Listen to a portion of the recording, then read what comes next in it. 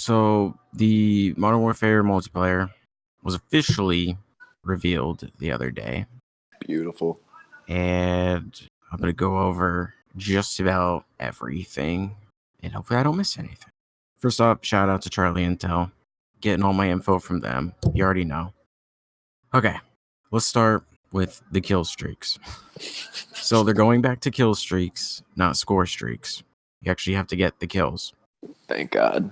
So for 3 kills, you get a personal radar, which is an escort drone that enables the radar for the owner and pings nearby enemies. So only the person using it gets to see the enemies. For 4 kills, you get counter UAV, UAV, and care package. It's pretty self-explanatory. And speaking about UAV, the rumors of no minimap were true. There is no minimap in the game. Oh, God. Which is controversial. Infinity Ward did say that they will take in feedback during the beta. This, to me, is going to promote more camping. Aren't they adding Claymores back since it's like the Modern Warfare Yes. era as well? Oh, my God. That's going to be awful. I feel bad for everyone in the beta that doesn't camp. No minimap.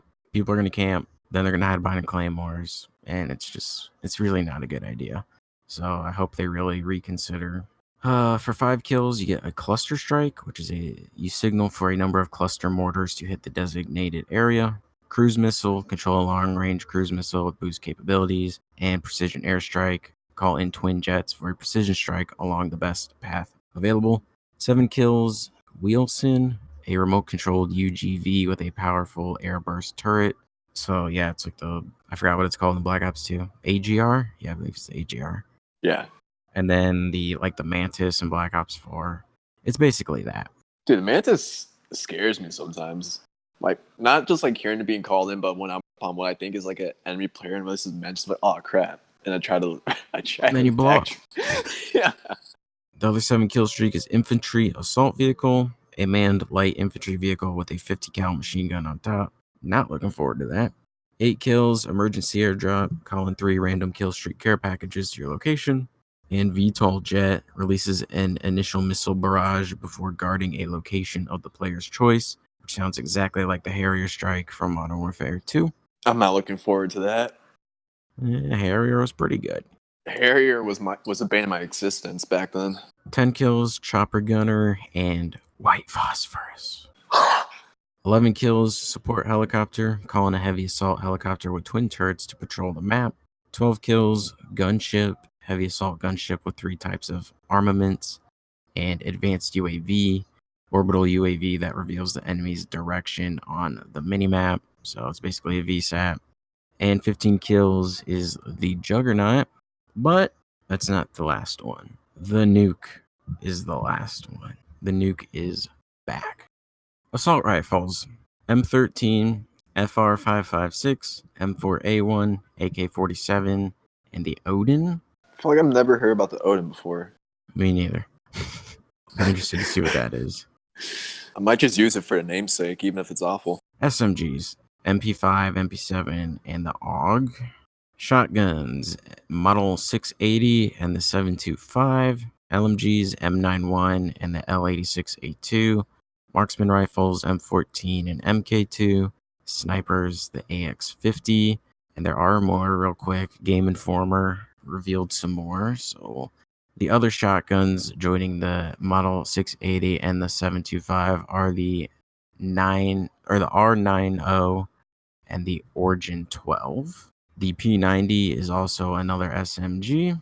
The Kar 98K is another marksman rifle.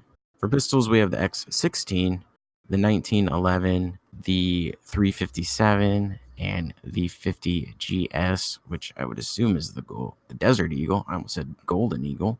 And it says that there's a 5th one, but it doesn't show it. So that last pistol will remain a mystery for now. And along with the X50 and snipers, we have the Dragunov and the HDR. The shotguns are primary weapons again, which is cool. Thank God. And so far, the only thing we know about launchers is the RPG will be back. On to the perks. So, in the perk 1 category, we have double time, triple the duration of super sprint, and fully refresh super sprint on kills, not skills. Well, you need skills to get the kills. Whatever. So, if you double tap the sprint button, you get like, I guess, a faster sprint speed. You get like a boost, but this game does not have infinite sprint. So I guess there's normal sprint and super sprint. So if you want more super sprint, then run double time. EOD. Take reduced damage from non-kill streak explosives and fire. Hack enemy claymores, proximity mines, and C4. Scavenger. Resupply ammo from dead players. Tracker. Enemies leave behind trails and death markers. Increase crouch movement speed by 30%. And lastly, Tune Up. Increase the charge rate of field upgrades by 50%. Perk 2 slot. Ghost. Undetectable by UAVs, radar drones, heartbeat sensors, and high alert. Hide the death markers of enemies you kill. So like every time an enemy dies, they have that skull pop up. It's not going to be there if you run Ghost. So that's pretty good. Hardline. Your kill streaks cost 1 less kill. Yes. Kill chain. Kill streaks earned in your current life earn kill credit for other kill streaks. Basically, when you call in a kill streak, like the kills it gets doesn't count towards your next kill streak.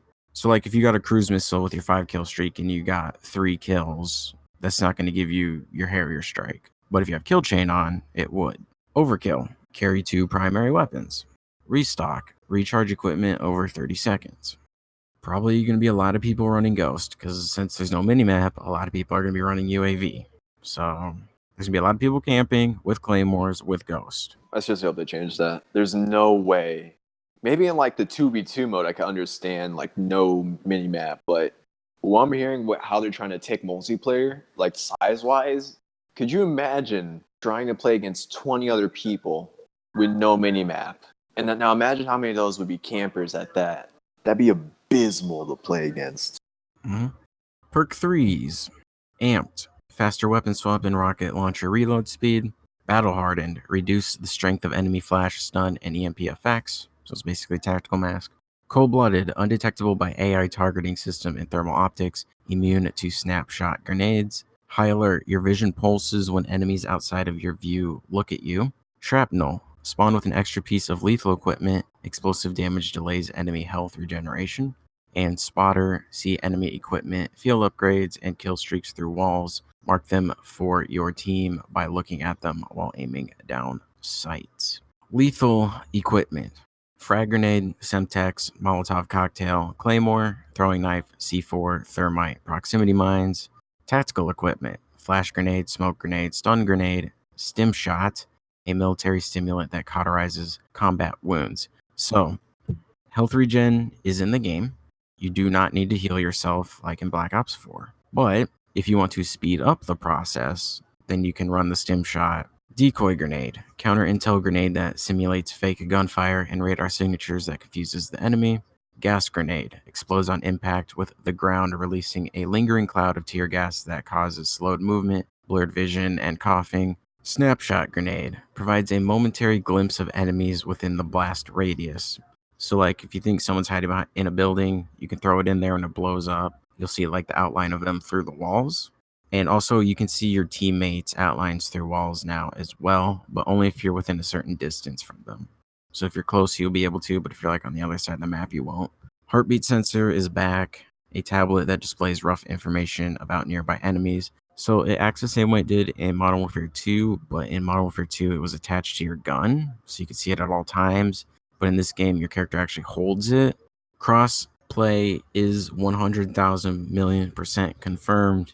PS4, Xbox One, and PC players will be able to play together. Oh, God. But you will only be able to play with people that have the same input device as you, and the game will recognize it. So if you have a controller, it will only pair you people with controllers. If it detects you have a mouse and keyboard, you will only play with people with mouse and keyboards.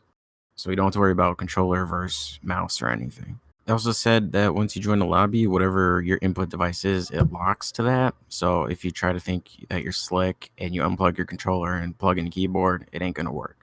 I'm sure people will find a way around that, but there is no season pass. Every single map that they release after launch will be free to everybody. I'm sure there will still be microtransactions and loot box supply cases, all that stuff, but the maps themselves will be free. Since you mentioned season passes, what about that battle pass system that all games love to circle jerk right now? Please tell me that's not included. Well, it was free in Black Ops 4, so I would assume they're going to do that again. I'm so tired of it though. I know grinding's annoying. It's not even like grinding. It's just Well, in Black Ops 4 it is because that game ain't great. If this game's actually good, then it won't feel like much of a grind. that's true. Weapon customization is extensive. Each gun can have up to 30 to 60 mods available for it.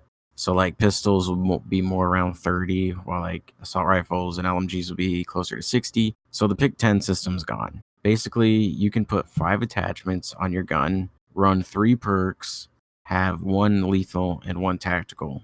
But they said the more stuff you put on your gun, that'll actually affect how the gun moves. So like your movement speed will be affected and the time it takes to aim down your sights will be affected. So you have to take that into account.